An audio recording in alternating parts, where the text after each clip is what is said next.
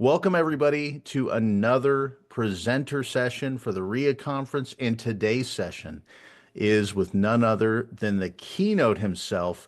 This is a special presentation because we're going to have a little bit extra time to talk with Mr. Justin Osmond, our keynote speaker this year at the REEA conference. How are you doing, Justin?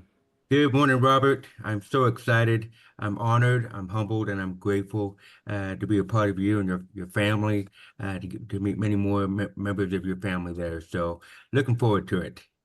Well, it's funny, right? We've tried to schedule this thing 3 or 4 times at this point. It's speaking of family, you've been focused on family in a couple of instances. I wish I had a good excuse. I just was a bad scheduler and double booked you at a point where I was teaching a class and had to ask you to bump at that point. But we've been, good things come to those who wait, great things come to those who are patient. But in the interim, since the last time we talked, you had a little run-in with a pickleball, didn't you? I did, Robin. If you haven't noticed, right there in my right eye, I think I had to suffer a consequence for my actions not being able to. This is the third time trying to get together, but yeah, I love pickleball. And between the last time you and I tried to get together, I had a little incident. So if you're wondering why I got a black eye, play a little pickleball, but it's almost healed. It's all good. It doesn't hurt, but just happy to be here. But Yeah. glad to make this work. Well, I should qualify that statement then and say great things came to me for being patient. You, on the other hand, got smacked in the face playing America's new favorite pastime, pickleball. So glad we're here before you get hit by a baseball bat or a tennis racket or something It, else that might happen. it could be a whole lot worse. So, That's right.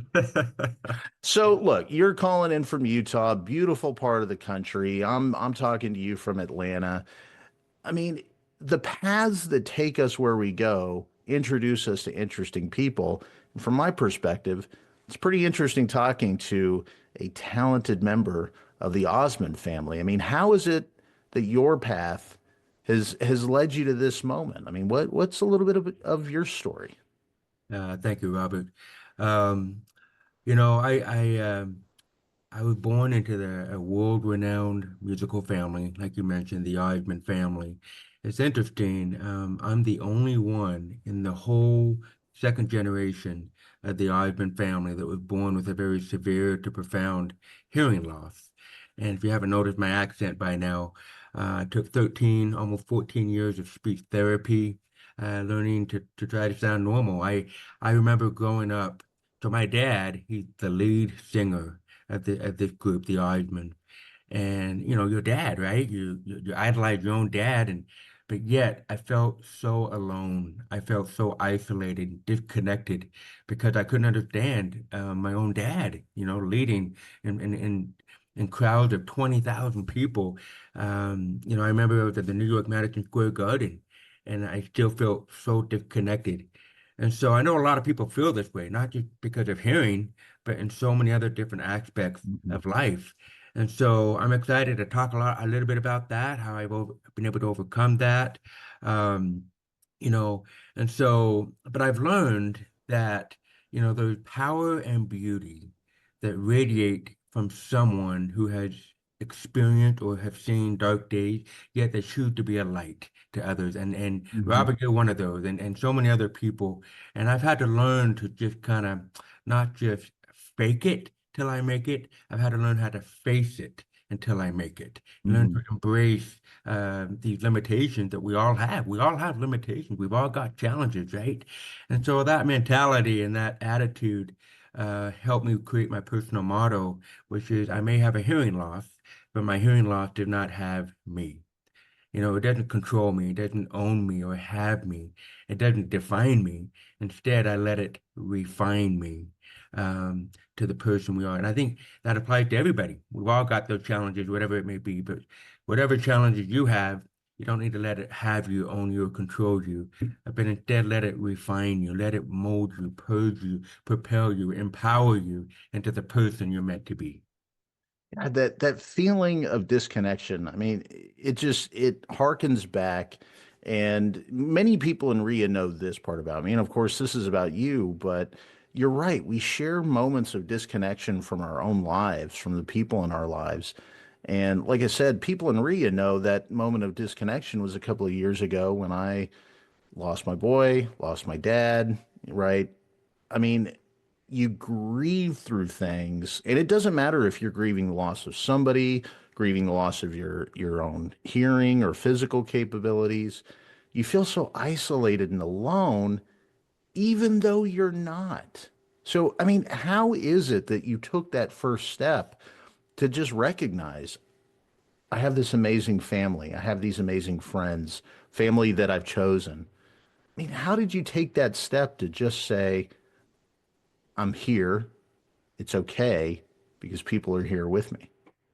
You know, Robert, I'm so sorry you lost your son, you lost other family members. My heart goes out to you and your family. I lost my little brother too a few years ago, and of course I don't wish that upon anybody. And so you know firsthand what that is. But I think everybody has been through that some type of a loss, like Hmm. or like you said, a disconnection, feeling isolated and lonely, and feeling depression and all those things. You know, but one thing that really helped me is you know, sometimes we have to throw out that misconception or that misunderstanding that just because we've lost something or maybe something in our life is broken, that we're automatically labeled disabled or impaired. Because that's been my life. Hmm. People say my ears are broken, or you know you lost something, or you're just not good enough, or you know if you have all these inadequacies just building up inside of you. Um, but it's not because something in our life is broken that we're automatically impaired or disabled or whatever you want to call it. Because in my mindset, it's an advantage, right? It's not a curse, but a blessing. It's not a penalty, but an opportunity. You know, this type of attitude has helped me to defy the odds of doing things or overcoming things that I was told otherwise. For example, because I was born in this musical family, everybody thinks I'm automatically musical, right? Hmm. It's it's not. Sometimes you have to work at it. You gotta, and I'll be honest, I can't sing like my dad, you know, but I do remember growing up. I remember wishing I had that golden throat like my dad or like Hmm. Uncle Donnie. I remember thinking, man, I wish I had the golden throat like Justin Timberlake, right? Hmm.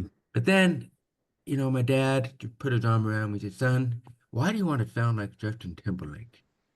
You sound like Justin Osmond. You know, Hmm. that's your brand. That's your logo. That's your signature. That's your label. That's who you are. Hmm. And as soon as I accepted myself for who I was and not what I was, the way the world was trying to put into my head, I was so much happier with myself. And so I think that that type of mentality can help us feel reconnected with life. So for those of you who are feeling disconnected or lonely or isolated in whatever situation you may be in, um, as soon as you accept yourself for who you are, because we are amazing just the way we are. My accent, I love my deaf accent. That's who Hmm. I am. You know, I don't need to try to become somebody or something that I'm not. And being raised in a family that was always in the spotlight, I always felt like I had to measure up to have that golden throat. But that's not true. Just be Hmm. you. Be your true self. Be the best version of who you are. If you try to change so people will like you, you'll miss out on all those who would have liked the real you. Hmm. And so just be real, be authentic. It's okay to be vulnerable. It gives other people permission to feel the same. Absolutely. And it fascinates me, you coming from a musical family, because we talk about music being this experience. We talk about any concert we go to, any song we listen to, being a moment where you feel it. Now, I have the privilege and the blessing of being able to hear songs, even though my singing capability is horrible, not as bad as my wife's. Not my wife's singing is ferociously bad. I've said it publicly, so I'm okay saying it here. but neither one of us are musical. But you literally, coming from a musical family, you literally learned to feel the music. I did, Robert, and thanks for sharing that. You know, I can't sing, and I'll just clear the air on that one. But I remember I saw a violin, right? The instrument of the violin. I'm like, man, I really want to master that violin somehow. But how can I do that when my ears are broken, right? My intonation is out of Mhm. whack. I can't hear very well, and if anything, how do I get it so it's not so flat or sharp? And anyway, just to answer your question, Robert, I still wanted to master the impossible, to make the impossible possible. And so I went through and I started practicing, and it was frustrating. It was hard. I wanted to give up so many times. But then there was a breakthrough point where one day I took my hearing aids out because my siblings were practicing their instruments, and it was so loud. And that's one of the disability advantages I have. Mhm. I can take my hearing aids out and it's nice and quiet. When my wife is yelling at me, I can take them out. Just kidding, don't do that. But Yep. I muted my hearing aid and I put my violin next to my cheekbone and I started to play and it just to experiment. And Robert, I couldn't believe it. I could hear better by Mhm. feeling the conductive vibrations of the violin more so than I could with my hearing aid. And if I remember correctly, Beethoven, that's how when he lost his hearing, Mhm. he kept playing the piano that way through the vibration. And so that's how I learned to play musical instruments is by relying on the conductive vibration. Now that's not easy. It's a technique. It's something that I've had to learn over time, but now I love it. I play it and I've been able to master it that way. And so when there's a will, there's a way. I mean, that's just Mhm. how it is in all aspects of life. You see something you like, you go after it and you do everything in your power. And I believe you can accomplish anything your heart desires. And of course, it was a lot of work, um, but it was worth it. But anything worth doing right, worth doing well is worth doing the work, right? I mean, that was something my old man always used to say to me was anything you do is worth doing right the first time, which means you have to put in energy into doing it right the first time, knowing full well that we are going to struggle and have challenges. But it just fascinates me Thank that you literally you feel the same emotional connection to songs and lyrics and melodies and tones the way everybody else does, but the way you connect, I mean, that is truly a power that, I mean, you talk about opportunities, you talk about not letting something define you, but to give you an opportunity. I mean, that's something I'm envious of. I wish I had the ability to understand that right now, right? Obviously, I could train myself.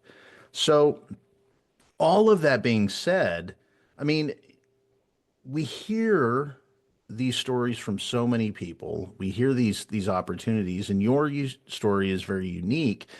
You having hearing impairment, you've now gone a little bit different path. You're not playing on Vegas stages like your dad and your aunt and your uncle are, but you're playing on stages all over the world, speaking truth to the opportunities people have in your life. I mean, how has that path been shaped by everything that you've had to feel your way through? Yeah, thanks, Robert. You know, I love my family. I feel like I'm just an ordinary guy from an extraordinary family. Mhm. They've worked hard. And I want to go back to what you were saying earlier about, just mastering something that you want so badly. I think it started when my dad and uncles, the Osmond brothers, when they were on the Andy Williams show. I don't know if you remember that way back in the day. It was a live reality show on NBC where every week they had to do something different. They had to do something new. And one Mhm. day Andy Williams was like, "Hey guys, I want you to ice skate on my show." They've never ice skate before, and they had 1 week to learn how to ice skate. The next week they had to learn how to play the banjo. They had 1 week to learn to play the banjo. The next week they had to learn how to play the piano, different things. And so I think in our family we've learned we can do hard things, right? Even if it seems like an impossible task, we can do it. but it's funny that after they recorded the ice skate recording, they all burned their ice skates. Never did it again after that. But so I wanted to mention that I think it kind of carried on in the family that we can do hard things, right? So I Mhm. wanted to mention that. But going back to your other question, I my focus is to deliver a message, that people can use. I like to do motivation and humor, but without over the top hype, with some inspiration and some humility, but with a long-term effect that people can use. Not just telling a story, even though I got lots of great stories, we all have them, but to make it more applicable. In my case, I have a hearing loss, right? But there's so much that can be applicable in so many other people's lives. Like in my case, I can't hear, but with people who can hear, they choose not to hear. But how can we be better listeners? How can we be better, hearers and things like that? I'm excited to describe some of the strategies and how to motivate everyone to focus on our strengths rather than our limitations. Because we all have limitations, but we've also got strength. We've also got potential, Mhm. and we've also got value and worth, which a lot of people seem not to focus on. We tend to live in a very negative, um, discriminating society, and that's where a lot of the focus is. But it depends on where you focus. If you focus really more on the strength that we have, because we all have them, then I think that really makes a difference on how we conduct our lives and how we live our lives every day. And so one thing that really helps me is, and I don't want to elaborate on this too much because you'll hear more about it at my keynote, is I like to talk a lot about acorns. Um, Acorns. What are acorns? And that's our purpose. It's our why. It's our drive. It's our passion. And if we know our acorn, just like the movie Scrat from Ice Age, Mhm. I think it is, he never gave up on his acorn. That's And, right. Yep. and if we can find our acorn in life, the earlier we can do that, the more off we will be because that will get us up every morning. You're an amazing teacher. Those kids are your acorn, right? That you live for that or whatever it may be. In my case, I help deaf children around the world Mhm. get to better hearing, and that's what keeps me going every day. If someone gave me a chance to hear and a chance to speak, so I'm just my way of paying it forward and to help those acorns that I love so much. That's awesome. Perfect honesty with you. I've got three beautiful acorns at home that I try to pour into every single day. One of the acorns is a little goblin that was just like me when I was 4 years old. So who knows what kind of prickly tree that'll grow up into. But I know exactly what you're saying. It's amazing to hear the different ways people describe it because we all use our, like you said, we're all unique. We're all individuals. We all have our own way of describing it. And the one thing that I find beautiful about REEA is we all describe our acorns, our why statements in ways that reflect what that statement is. So whether it be family or pouring into students or professional mastery, whatever it is, it's just absolutely beautiful. Now, you probably, speaking of acorns, have planted seeds all over the world with your message. And I'm going to ask you a very difficult question about that. Is there one seed that you've planted, one person that you've touched that has come up to you and said, thank you for everything. I needed exactly what you helped me see that you remember to this day? Is there just that one person that has inspired you to keep going a little bit further, a little bit harder, a little bit stronger for the next person you might meet? Rob, that's a great question. And yes, as you just asked that question, there's one little boy that just popped into my head. I was in India, over in Asia, and New Delhi, Delhi, India. And this little boy, he was about 6 years old. He'd never heard before. We were on a hearing mission, so we are handing out hearing aids to all these kids. And there was this little boy.